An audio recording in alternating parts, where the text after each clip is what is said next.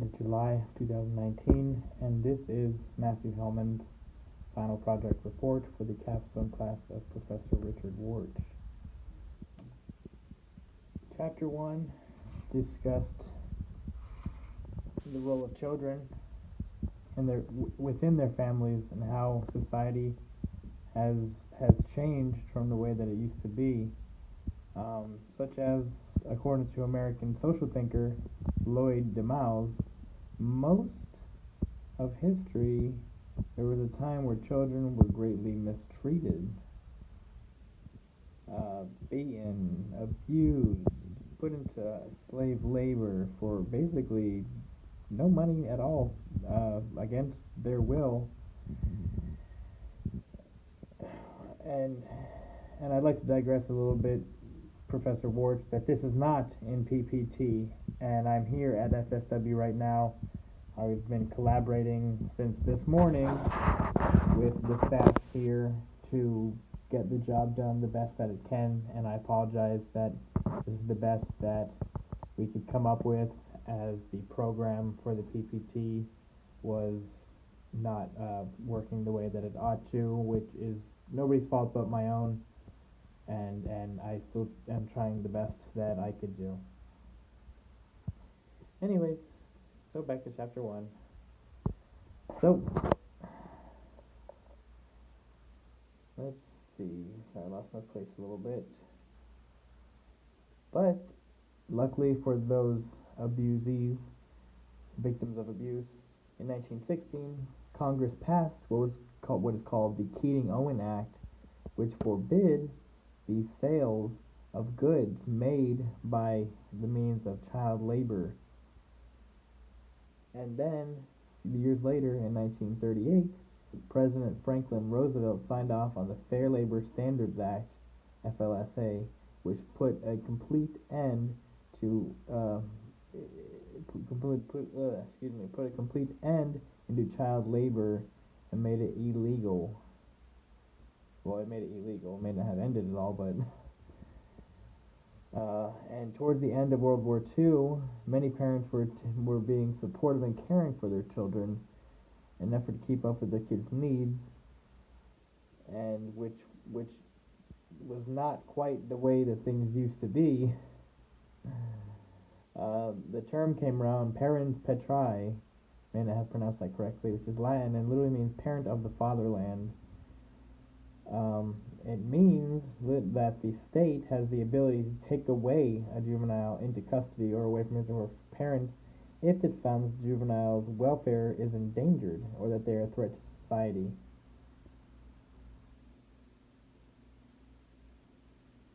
As juveniles involved in crime are a risk to themselves and others.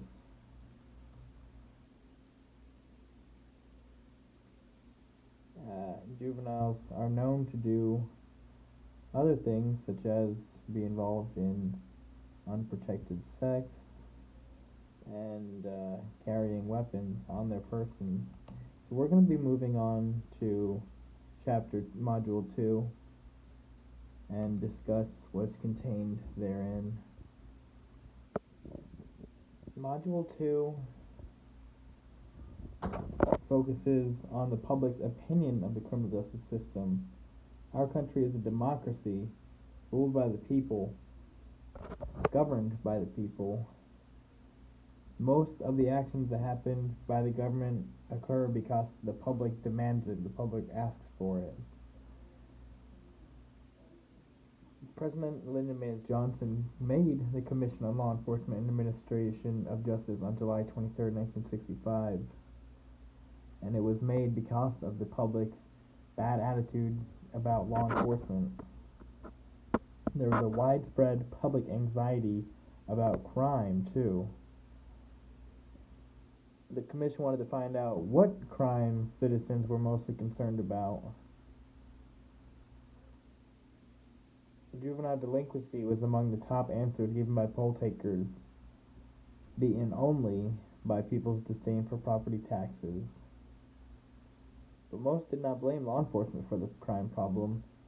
Most of the attributed answers were towards Family and poor parental guidance.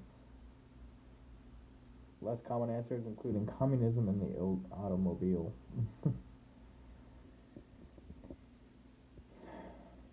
Something I had noticed during the readings was that most members find their own communities to be the safest out of all communities.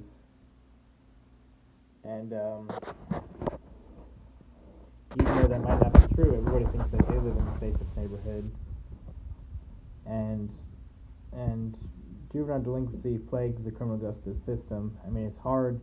It's different dealing with youthful offenders than it is for adults. You know, it's like a whole new ball game. You can't even let the adults see the minors, and vice versa. You have to cover them with a screen while they're in jail, and protect their privacy and their innocence, I suppose you could say. Um, but in 1965, the majority of all arrests for major crimes against property were of people under 21 years of age. Furthermore, the recidivism rate is highest for youthful offenders, more than any other age group. Approximately 90% of all young people have committed at least one act for which they could have been arrested or brought to face a court and judge. Those could be status offenses such as truancy, running away. 1 in every 6 males will be referred to the juvenile court system for an illegal act before their 18th birthday, according to an estimate by the Children's Bureau.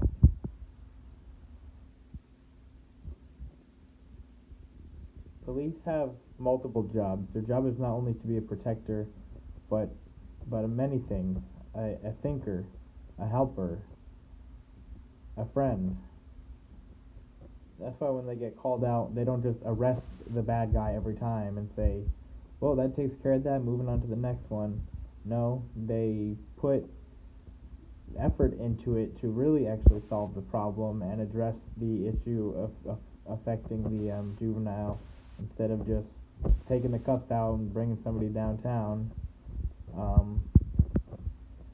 Also, a lot of calls that were coming in were not actually criminal in nature, but more of a civil law or ordinance, such as a barking dog, children throwing snowballs in the streets, etc., and other nuisance calls, but not necessarily illegal calls. Other examples include a First Amendment auditor doing a free speech audit. Not illegal, but controversial nonetheless.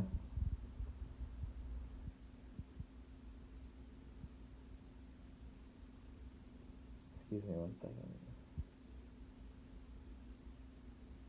And yes, many of these offenses do take up more time in the criminal justice system than we like. Alright, moving on to chapter 3.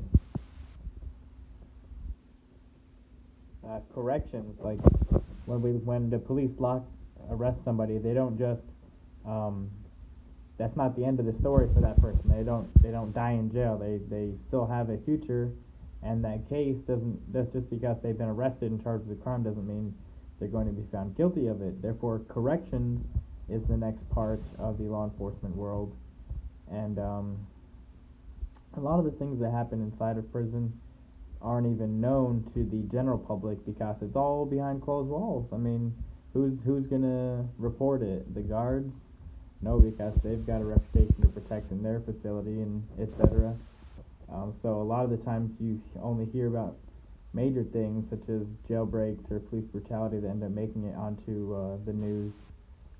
But although now we have more transparency than ever, because that's what the public desires for smoother relations, that we could see more of the events transpiring behind these privatized walls.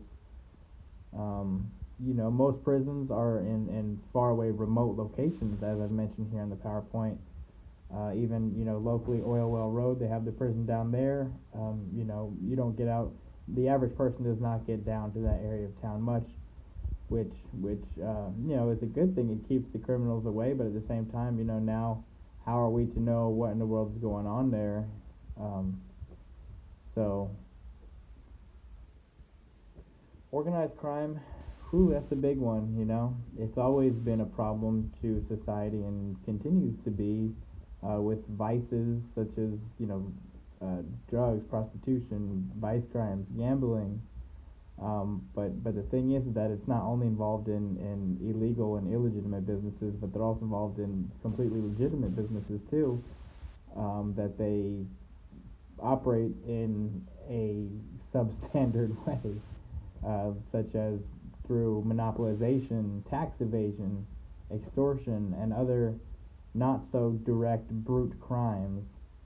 The problem was so out of control with organized crime, as a matter of fact, that at the time, Attorney General Robert F. Kennedy testified in front of the Senate in 1963 about the problematic ways of testifying against organized crime rings, and that the danger that it brings witnesses. They end up having to do things such as going to the witness protection program, where they entirely change their identity and name, and basically erase their past to become a new person. But the negative aspects of organized crime isn't always readily obvious, and that's because a lot of the money that they earn comes from numerous transactions done hundreds of times. For example, 50-cent bets, quarters that people put into a racketeer-owned jukebox collected at the end of every week, smuggled cigarettes that are lowered price than at the stores, so people are going to get them, illegally under the counter. That's a couple quarters in jukebox won't change the world, but picture hundreds of jukeboxes at hundreds of locations with hundreds of quarters.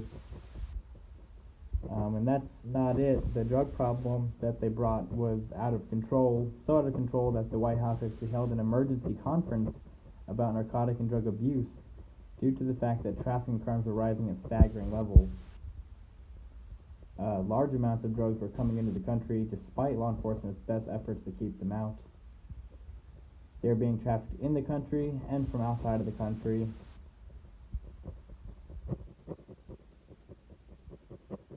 Drunken offenses were a major problem during this time, and 1 out of every 3 arrests were for a drunken individual. So we're going to be moving on to Module 4, which talks about the control of firearms, gun control, federal law, as you can see here. Basically, it's always just been a back and forth struggle between those who think we need stricter and those who think the government needs to let us have our freedom. And this was discussed in great length about the back and the forth, and it's still an ongoing issue today, which actually, as a matter of fact, in Chapter 5, Congress, in an effort to reduce the amount of firearms and crime going on, issued grants that were given without the expectation of reimbursement, in an effort to bolster the abilities of law enforcement personnel and better the way they can fight crime and get the amount of guns off the streets, and other methods such as registering your handguns from the Omnibus Crime Control Act and Safe Streets Act of 1968, with the State Firearms Control Assistance, whereby Congress found and declared that the ability of any individual to easily get a gun is part of the leading problem why there's such lawlessness and violence across the country, because basically any old schmuck can find a gun if they're looking in the right place and trying hard enough. Wiretapping was also discussed in this chapter, and the relevance behind it, and the privacy and whatnot. Also was the bolstering of the FBI unit to strengthen that and give them more power, basically. So by the 1970s, organized crime was so bad that the American government had to take massive enforcement actions to reduce organized crime, and that's why in 1970 the Organized Crime Control Act was signed and put into action. It sought to eradicate organized crime, and also the OCA, the Organized Crime Control Act, heightened specific crimes onto the federal level, so they could prosecute them federally, which obviously is a win-win. Well, not win for the criminal, but win for the police and the courts. That's for sure. Chapter 7 talked about how crime costs us. It makes our economy things more expensive. As well as the fact that a mistake on a part of an officer can actually lead to costs for the employing agency, because the officer could be sued monetarily, and so can his agency. There's a lot of money involved in it. Chapter 8 talks about the JJDPA, which is the Juvenile Justice Delinquency Prevention Act, which attempts to lower the offending and incarceration rates of juveniles, and they came up with a comprehensive 3-year plan in order to better address the ongoing issue of delinquency, and they teach officers how to interact with juveniles on the streets better. Chapter 9, Armed Career Criminals, and the heightened statutes and whatnot behind that is discussed. What defines an armed career criminal, what sentencing provisions are given to them. Chapter 10, the OJJDP is the Office of Juvenile Justice Delinquency Prevention, and it discusses how juveniles, although they themselves are some offenders, usually come from a line of abuse or a criminal family, and the problem starts at home. So chapter 11 talks about what you can see here, the Violent Crime Control Act of 1994, which was created to prohibit the creation, selling, trading, or having of semi-automatic assault weapons, including rifles, shotguns, and pistols.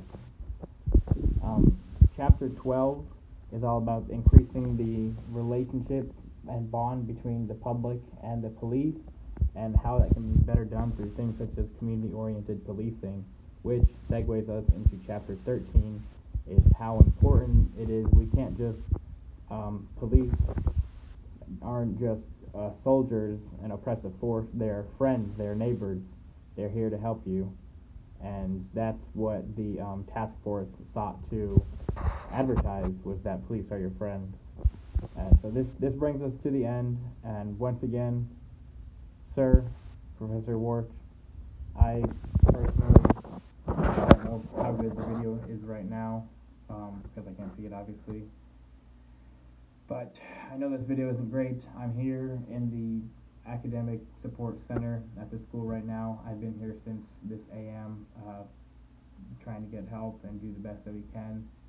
And I know this isn't ideal and this isn't the way you asked for it, but it's still before 1:30, and I'm trying to get it on time, and I turned in those other 2 assignments to you this morning, which I know were late, and I don't deserve like a good grade for it, but this is the last class that I have this semester, and I'm just asking for any sort of mercy that is at your disposal to please help me get a passing grade.